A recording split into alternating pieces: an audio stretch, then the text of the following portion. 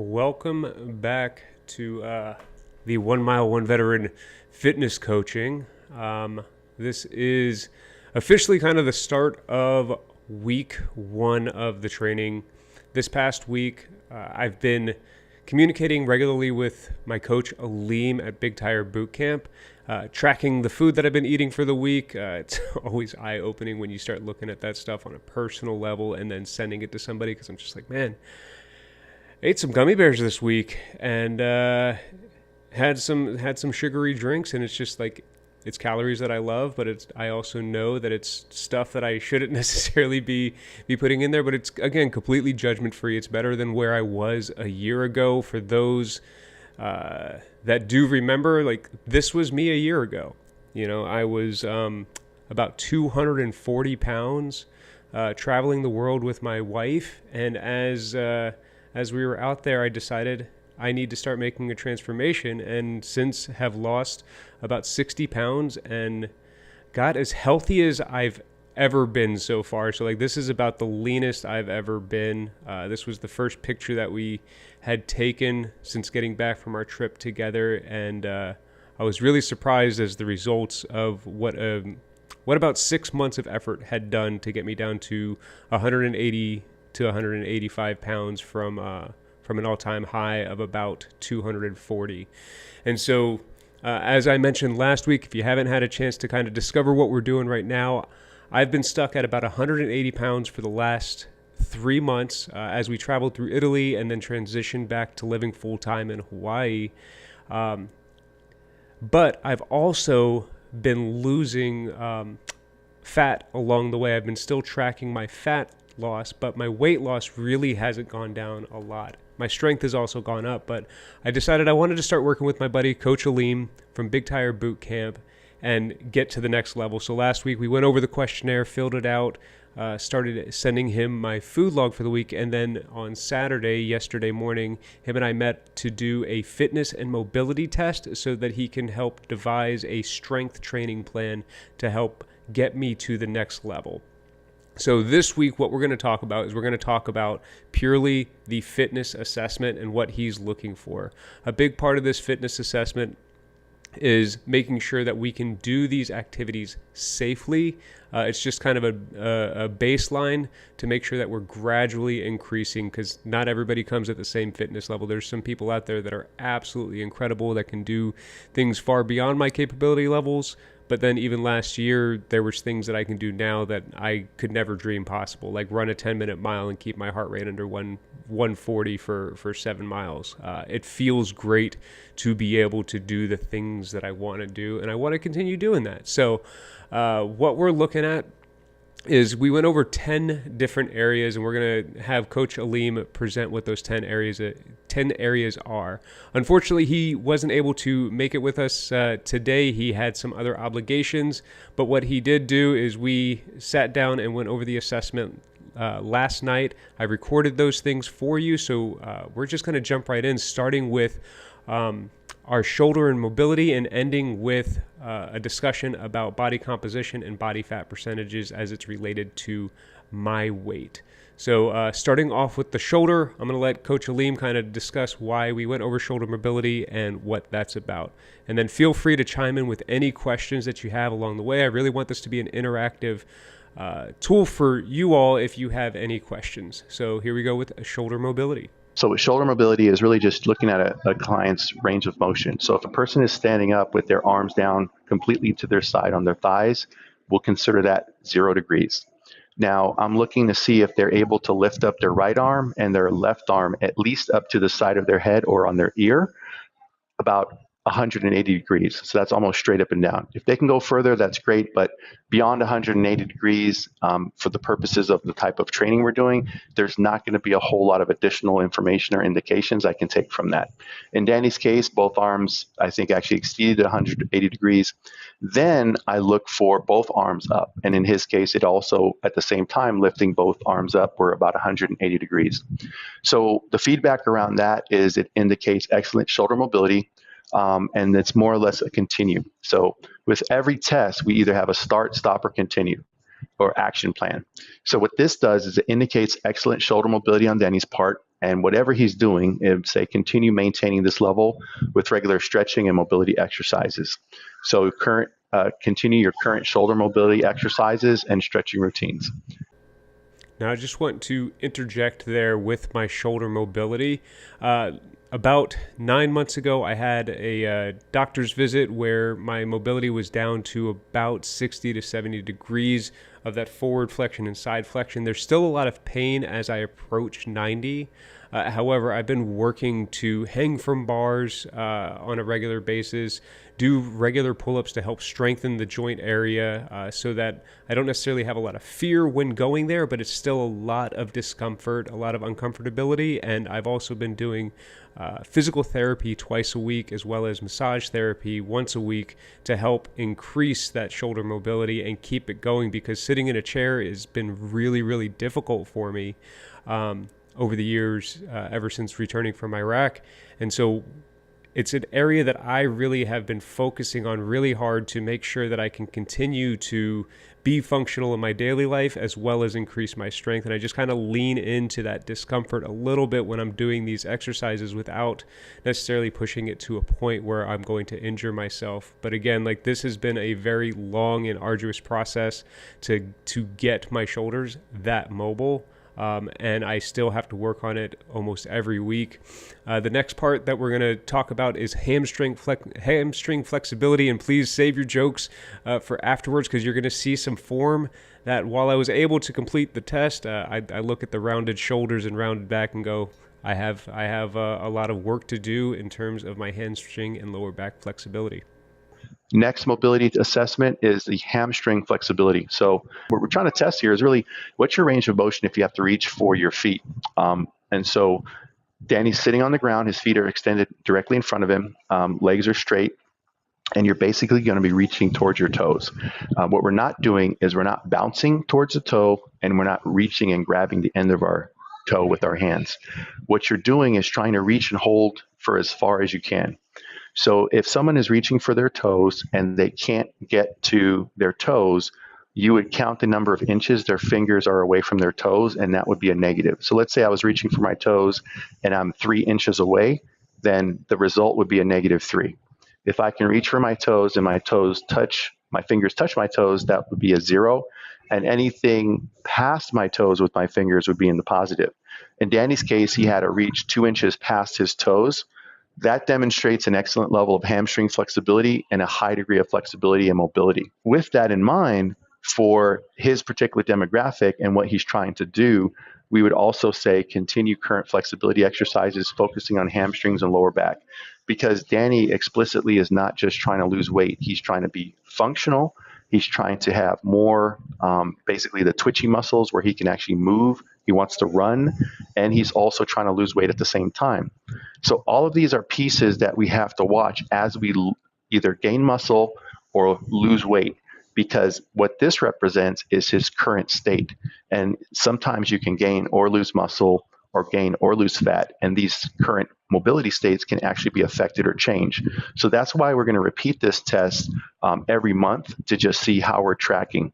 We would generally expect that these will at minimum stay the same, but reasonably they should get better, with the exception of things like the shoulder mobility, where you're obviously already significantly mobile and there's not a whole much more range of motion you need to accomplish. You know, it's absolutely crazy to watch that back, because like when I'm in it, I feel like I'm doing almost everything right. However, you can really see those rounded shoulders and my arms really reaching for my toes, but my lower back and my hamstrings were really contracted. And so like that's definitely an area that I need to be focusing on when doing my static stretches. Yoga does help for that when I'm doing it regularly. I'll admit last time I did it was probably about 4 weeks ago. But it's something that I want to incorporate back into a light evening cool down routine before I go to bed, or following my runs, is just do some light stretches and stuff like that to hopefully open up the hamstrings a little bit more. That'll help protect my neck, my upper back, my lower back, as well as my calves and Achilles as I'm preparing for the Spartan race. Next, this is an area that I've really worked on over the years as well. It's my hip positioning, or how deep I can squat, and we'll just have Coach Alim talk about it. Next thing we look at is your hip position and squat. And again, what we're trying to do here is, can you do a squat at minimum to about parallel thighs to the ground? That would look like your feet are about 90 degrees at the knee. In Danny's case, he had a 145-degree hip position during a squat. So what that means is if you were standing straight up, that would be like a 0. And then as you squat, squat, squat, the angle of your thigh is basically starting to go past parallel, which is 90. Obviously, if you could go all the way down and your butt touched your heels, it still wouldn't be 180. It'd be like maybe 160. And Danny's got what we would consider a very good squat at 145 degrees, excellent. And again, continuing to incorporate hip mobility exercises, dynamic stretching before warming up, squatting drills to continue to improve his squat depth. So if we were to have to do some type of resistance training for squats, we'd have no hesitation or no issues with going with resistance training specifically in this case. Thank you, my love. I appreciate that you have some squat envy and being on here watching this, considering, you help put these together. Your support is absolutely fantastic. But yeah, I really want that squat to be able to turn back into a pistol squat, where I can hold that position just as comfortably as I held that. But that's going to come with increased balance, increased strength, as well as just consistency over time. And speaking of balance, that's the next area that we talked about, is one-legged balance on each leg.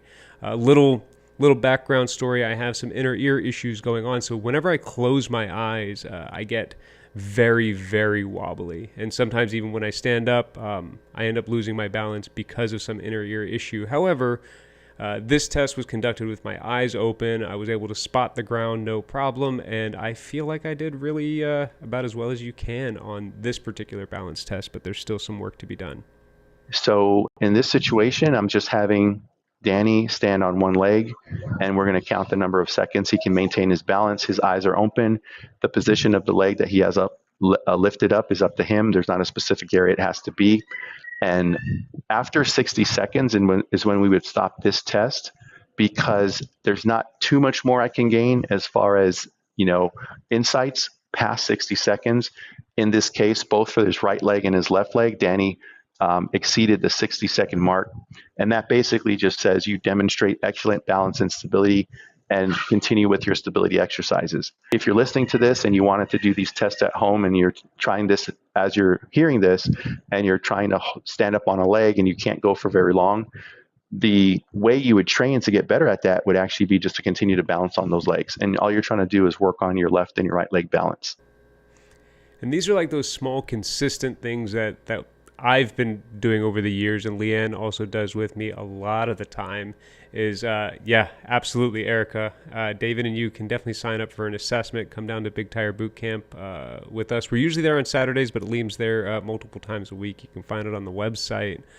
But, these are skills that we've been working on, and I've, again, been trying to gradually progress. The next part that we move into finally is the strength testing. We go through a series of push-ups, squats, planks, and bicep curls. And I would say kind of the first one being push-ups. And again, this is one of those ones kind of like my hamstring stretch or toe touches.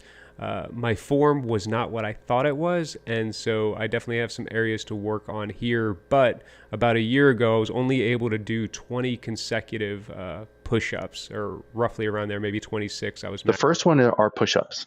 So how many push-ups can you do in a minute? And the criteria here were standardized push-ups. So if your feet are on the ground, you stay that way. If your knees are on the ground, you stay that way. You can stop during the minute time frame and then start again. So it's not like you have to do them continuously. I think Danny actually pushed all the way through. So he had 53 push-ups, which is a high level of upper body strength and endurance. The gold standard for all men is to be able to do 40 continuous push-ups. There was a study with Harvard that looked at firefighters in New York, and they tested like 10,000 or 15,000 firefighters over a long duration of time. The takeaway was that being able to do 40 push-ups as a man was a strong indicator for all-cause mortality. Basically, all the things that you can die from, you had a less of a chance of dying from them if you could do 40 push-ups. So I want to clarify that it wasn't because you could do 40 push-ups that you had a reduction in all-cause mortality. It was all the things you have to do to be able to do 40 push-ups. So for Danny to do 53 push-ups, it's not that he can just be strong in his chest and his triceps. No, he's got to have cardiovascular endurance. He has to have a strong core. He's got to have strong legs. It's the entire body. But a way you can test it is with push-ups. That's a great question, Erica. I'm looking it up right now, seeing if I can find the answer. But as you can see, like my push-ups, if you can do 40 or more, which is really hard, great. But if you can do 15 or 20, not so great. But then again, researchers, I'm not finding anybody else. Anybody else got the answer to that? Chocolate Kiss is saying 40 is kind of the standard for all ages. I'm not entirely sure. I'd like to see the study. 20. Leanne just ran in the room going. Leanne is shouting at me 20. Thank you all for that. I don't have the facts and statistics on that. I'm just taking Coach Alim and hearing what he's saying. But it is a lot of fun. But yeah, if you look at the form, I didn't quite get to that 90 in my elbow bent, and I didn't like how high my hips were in the air. But it's something that I should definitely be working on, getting a little bit flatter, having that hollow hold, and then breaking that 90 with the push-up. So it's just some things that I want to try. I love that this is like a whole family thing. And yes, go Leanne. Joseph, glad that you can join us if you're out there in Chicago. I think that's where you might be. But you and Paulina are freaking inspirations for me and Leanne constantly. So the next thing that we decided to do, or that he had me test, was my squats. This was about the only area that I actually got super winded because it's just a lot of muscles doing a lot of different things. I was squatting as deep as I could, trying to keep my chest up as best I could. I felt like my form was pretty okay here. My weight did shift from my heels to my toes from time to time. But let's hear what Alim has to say about our squats. So for squats, how many squats can he do in 1 minute? And Danny did 58 squats in a minute. That shows excellent lower body strength and endurance. The goal with this was to continually have squats that were just consistent. It wasn't a race. You're basically going to know, no matter how fast you go, if you can go through a minute. And so the lower body workouts are going to continue to focus on your form and gradually increase repetitions or weight over time. And again, in the moment, it feels like I was going a lot deeper, but I know that I can sit in a squat a lot deeper than that. But yeah, I was getting winded. I think this video was taken kind of towards the end of it, where you saw my rhythm just falling out of it. But after that, we rested for about a minute 30, and then got into 10-pound bicep curls. This is probably one of the weakest areas that I have. This and my core is kind of what I tell my wife. It's the two areas that I work the least. I usually incorporate it into things like pull-ups for my biceps and my core, or push-ups, but I don't usually isolate them with specific exercises, and maybe I should. But here's Coach Alim on our bicep curls. So these are dumbbell curls, and these are holding 10-pound weights, so 10-pound dumbbells in each hand.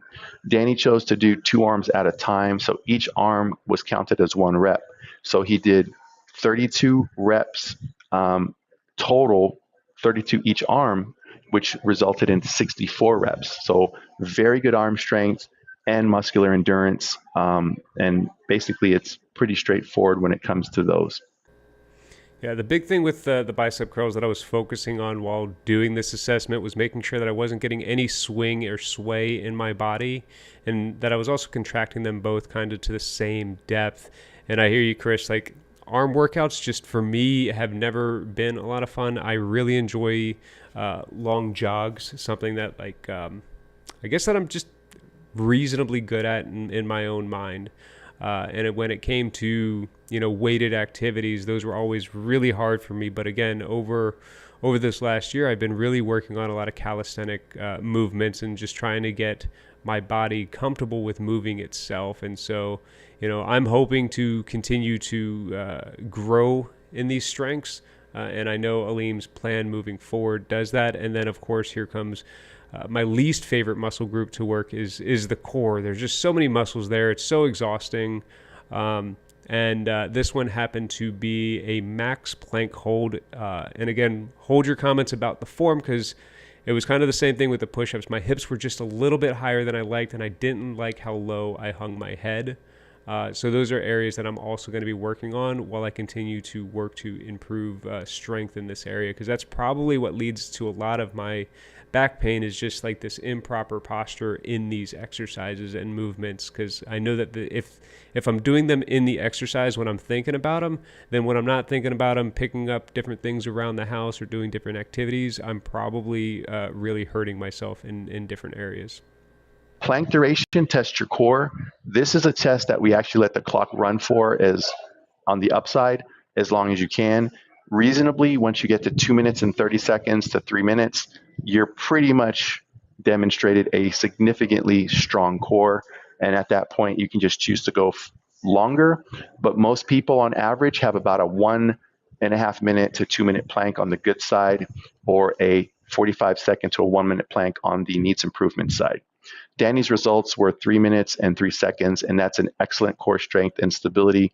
And continue to challenge yourself with variations to enhance your core stability.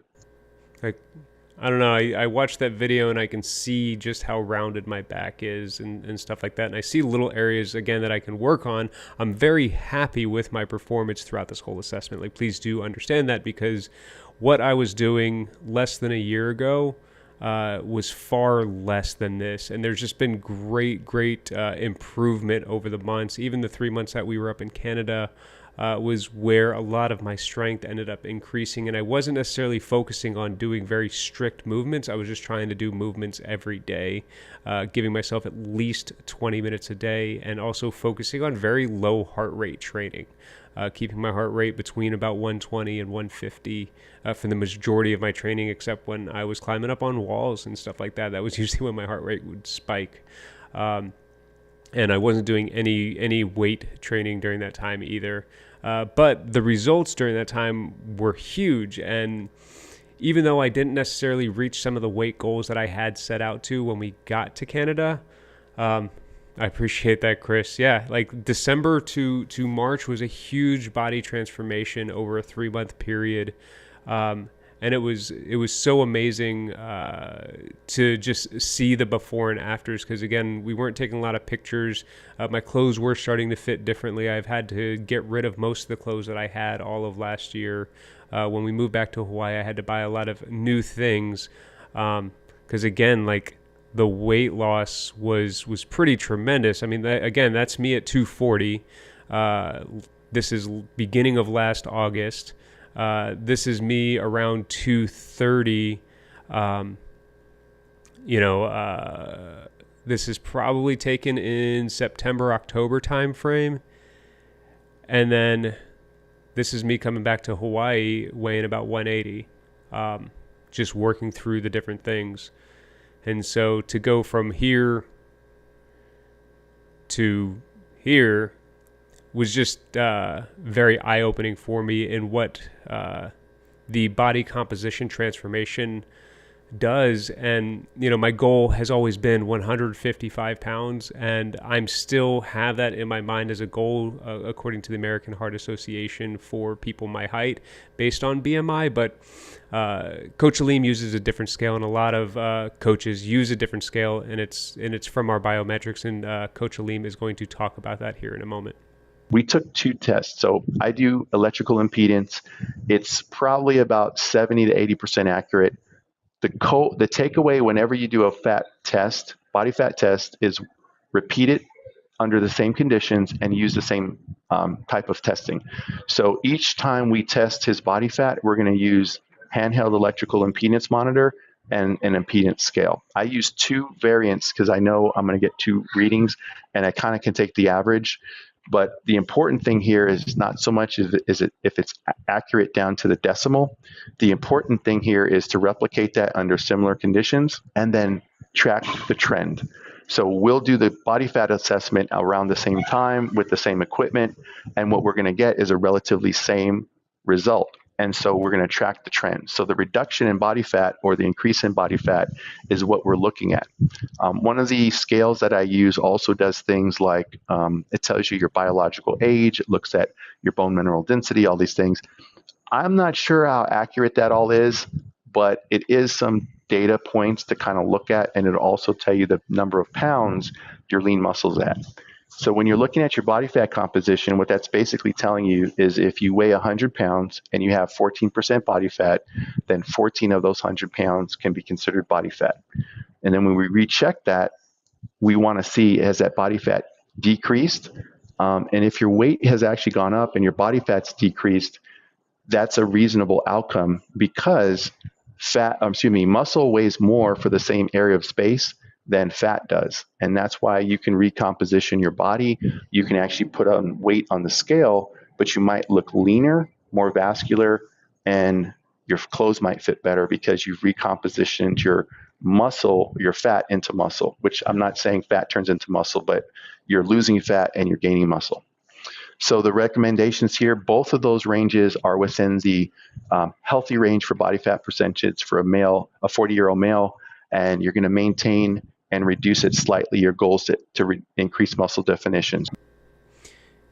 Yeah, I appreciate that, Chris. I've really appreciated all of your encouragement over this past several years of getting to know you and getting to hike with you a few times in person. And in terms of fueling before workouts, I'm not really focused on what I'm eating and when I'm eating it in terms of as it relates to my workouts. Like I'll usually wake up and the first thing that I want to do is I like going for a long, slow run or getting in some sort of run workout. And then I'll have my coffee with a high protein creamer, about a cup of that afterwards, followed by 2 hard-boiled eggs and a half a banana. And that's usually my breakfast. That'll hold me over until my lunch, which has traditionally been some sort of deli meat wrap with some cheese and lettuce with some mustard.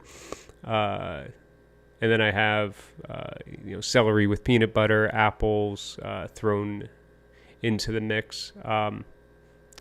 I usually have like a daily kombucha to help with my digestive health. And then for dinner, it's usually something like chicken and vegetables with dessert of like cottage cheese, fresh fruits, and some honey. And that's been usually what most of my meals are throughout the week. But that gives me the freedom to then, I had Greek food last night and it was delicious. I had a gyro with fries and a side of zucchini fries.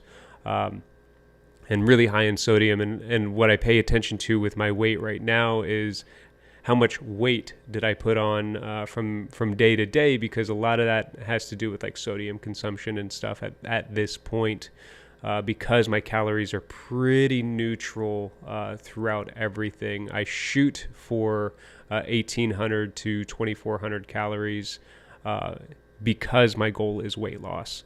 I don't always hit that. And therefore, I've been stuck, again, like I said, for the last couple months at 180 to 185, but that includes going through Italy and stuff like that. So what I've really been paying attention to, and Coach Alim had alluded to it, is I'm tracking my body fat. Now, I've been using tape measure and a caliper, as well as a scale that I've traveled around the world with this last year. I don't think that my impedance scale is as accurate as his, or impedance scale. I don't know how to pronounce that word. But that's helped me kind of track the body fat. And what I've noticed over these last 3 months is that body fat percentage has continued to go down, even though my weight's been reasonably stagnant. Now, the other things that have gone up is my max number of pull-ups. I'm currently up to sets of 11, which is I've never done really double-digit pull-ups before. And then my push-ups, like I said, last year I was around 20 to 26, and now according to this test, I did about 53 in 1 minute. I've never had a problem gaining weight, and Chocolate Kiss is my mother-in-law, and watching their physical transformation in retirement has been amazing, because they kind of set that same tone for themselves of like, we're going to do this right 80% of the time.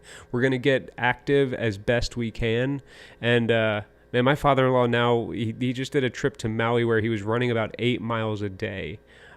It's crazy. And yeah, Erica, like, I loved running with David on that long run. It's so much more fun than doing like, let's burn out our heart on every freaking run and go as hard as we can. Like, my long runs are some of the best times that I have in the day, because like I kick out my headphones and I focus on my breathing, and like I try to let the thoughts just settle where they may. This has been really, really great. And getting this confirmation, I don't know if you saw the numbers, but it said between 14 and 16% body fat. And this is, again, the leanest I have ever made it. I've always been kind of a chunky person with not a lot of muscle, just kind of grunting through as much as I possibly could, especially during my time in the military. I was just doing my best to keep up, but this year that I turned 40, like, I've gotten such a new appreciation for fitness and what my body can do, that like I'm really, really hopeful. But when the scale read 185, I was initially discouraged, and then I saw the body fat percentage of 16% and 14%, and I did the math, pulled up my calculator, I didn't do it in my head, and if I was to lose all of that available body fat, I would be at my goal body weight. And that, I know, is not healthy at all. Like, that's bodybuilder show competition level stuff. And so mentally, I need to be adjusting and staying focused on watching the slow, gradual change of my body composition while still shooting for the weight loss, because now I think I need to kind of reset a new number in my mind. But we're not going to do that until we get consistent on the diet again. And I haven't been consistent on my diet since leaving Canada and traveling through Italy and getting back here to Hawaii. It's just different foods are available, different preparation styles are available. And of course, when we're meeting up with friends and stuff like that, it's usually around a dinner table. And so, like, this current plateau is partly mental and then partly physical. And so, like, that's the other reason that I'm linking up with a coach is, thanks for the question, Erica, is because I'm trying to get past a plateau that I feel that I'm at. The lightest I had been since returning from Iraq when I was 23 years old was 176, and I hit that once on the scale. And then about 5 years later, when Leanne graduated college, I hit it again when I think I was 30. I hit like 177 or 178, and then rebounded way back up to 200 again. This is the first time I've been down this far and stayed, but I can't seem to break below it for longer than a day or two. This cycle I've hit like 177 twice, and that's usually been post-run, but I have yet to wake up under 179. And again, like, that's why I'm not focusing on the numbers, because like when I did my measurements this morning, I lost another 2% body fat just this week. And my legs grew, my quads grew according to the tape measure that I'm using, while my waist and hips shrunk by about a quarter to a half an inch. So like, those are the numbers that I'm currently looking at over my current weight. Is I'm just watching my body gradually change and staying motivated through that.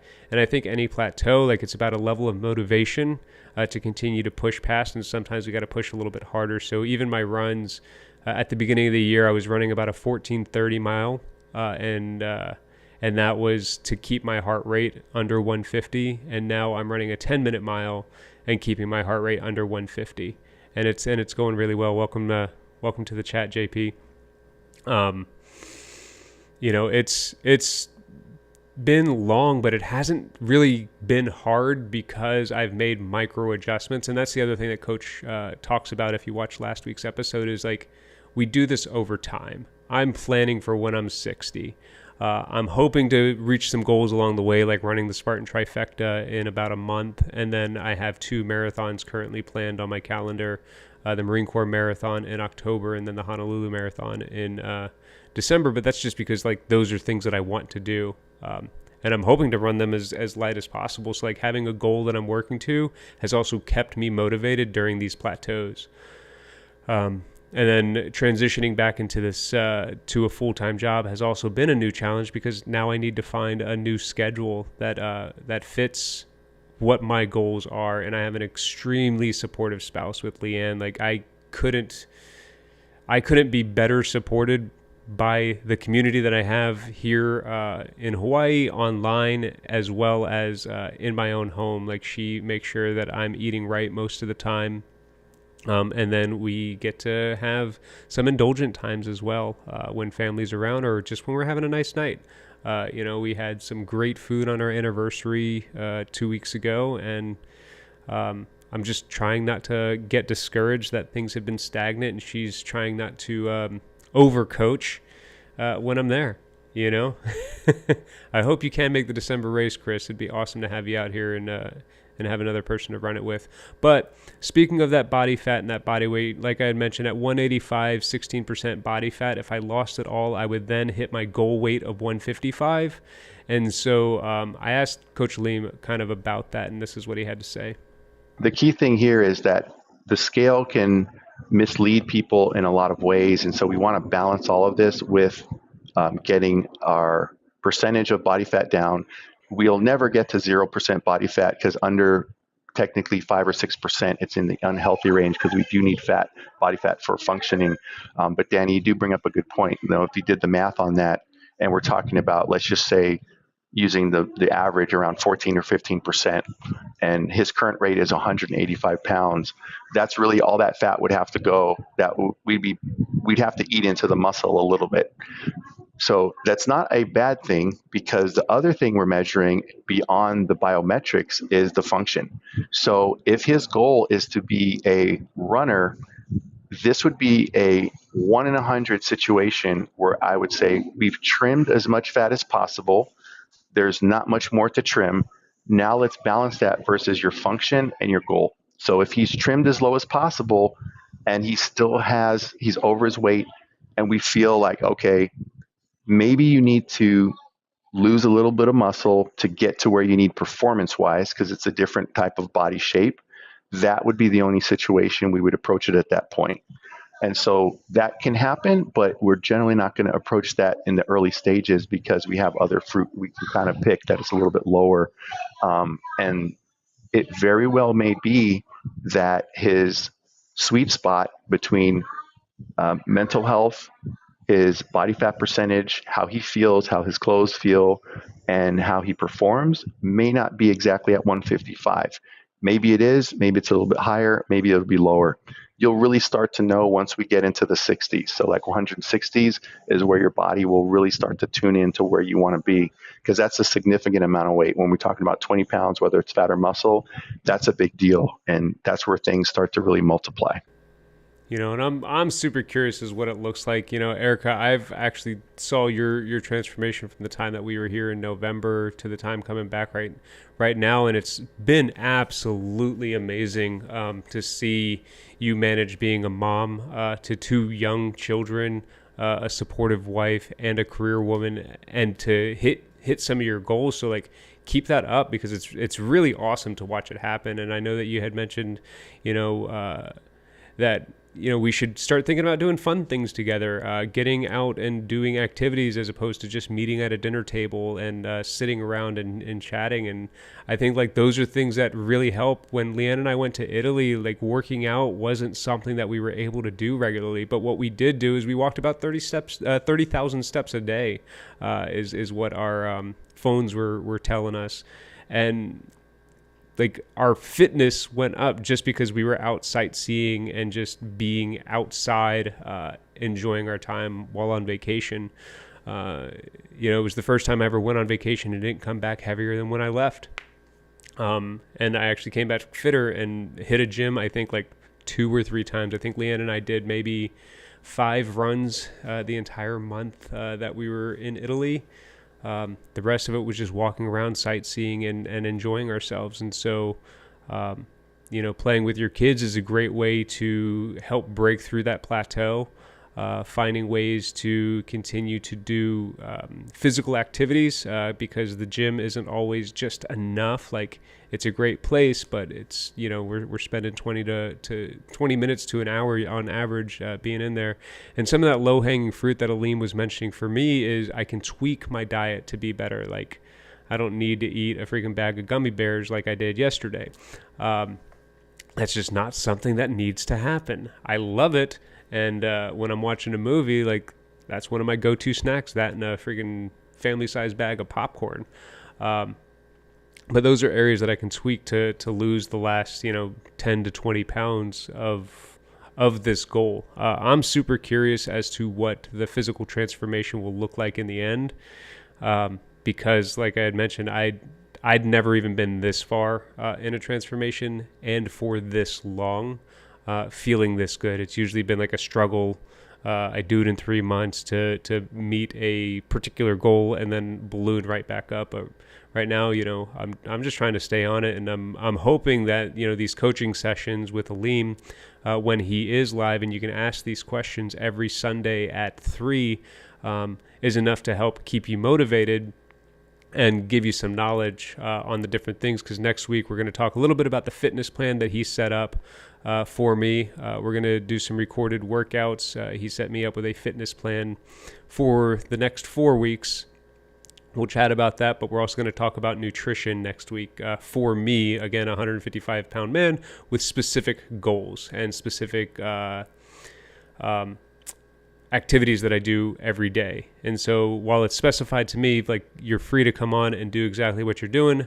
Have comments, ask questions, let people know your thoughts of where you're at, because, we all want to work on this. And Alim had one last thing to say about the weight, and then we're going to wrap things up. And finally, the results for his weight, again, straightforward, 185 pounds.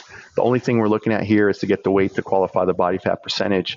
And then from there, we're able to take this, we index it, and then we come back in a month. So this will be taken once a month. Yeah, and what was really amazing about this, those shorts I bought in my 20s, and I couldn't wear them for several years. They just sat in the closet. And last week I did the tape measure, and for the first time, and I don't know how long, the tape measure without sucking in came in at 34 inches. In January, when I was measuring my waist in Canada, when I had already dropped about 25 pounds, my waist was still around 44 to 46 inches, and that was me kind of tightening things up.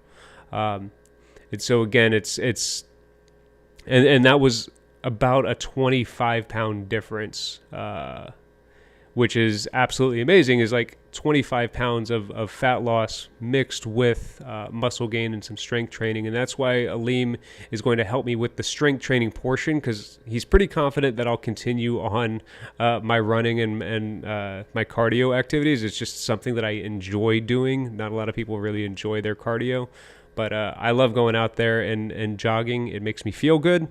But he's going to have me go through some 3-day-a-week strength training. The activity is about 30 to 40 minutes.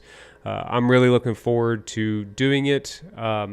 It's kind of a full body, a bit focusing on push, pulls, and legs, keeping things as simple as possible and as foundational as possible.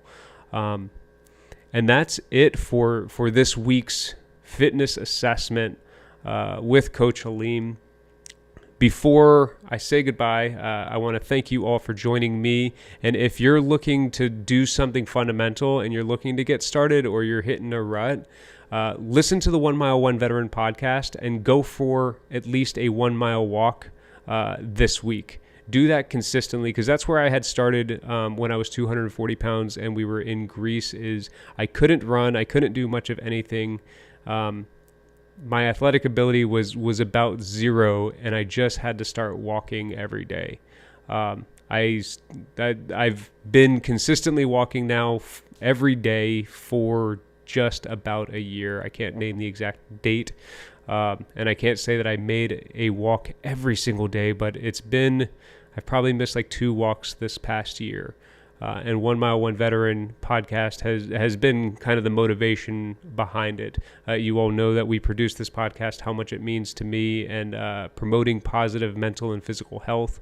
And I want you all to listen to it. We did start releasing 2-part episodes because a lot of people were asking us for more of the conversation. So we started releasing it, but we wanted to keep it still within that 18 to 24 minute range. And so we just started breaking our conversations into 2 parts. Some of them might turn into 3 because our guests are just so incredible. But it gives you an opportunity to walk at least 2 miles this week. If you feel like you can't get in a workout, and like yesterday was a day that I didn't get in a true workout because of the assessment, a walk is it's just good enough to count as a positive workout. Get your blood flowing, expose yourself to some outdoor fresh air. I know it's not always sunny, but you get the vitamin D, and we've walked in snowstorms and rainstorms. I've walked in the mountains of Vermont while it was just pouring ice rain on me. You can get out there and you can just walk a mile. That's what I want to encourage each of you to do. Does anybody else have anything? If not, I'm going to do a 5, 4, 3. Thank you again so much for joining here on the 1 Mile, One Veteran Fitness and Nutrition Transformation.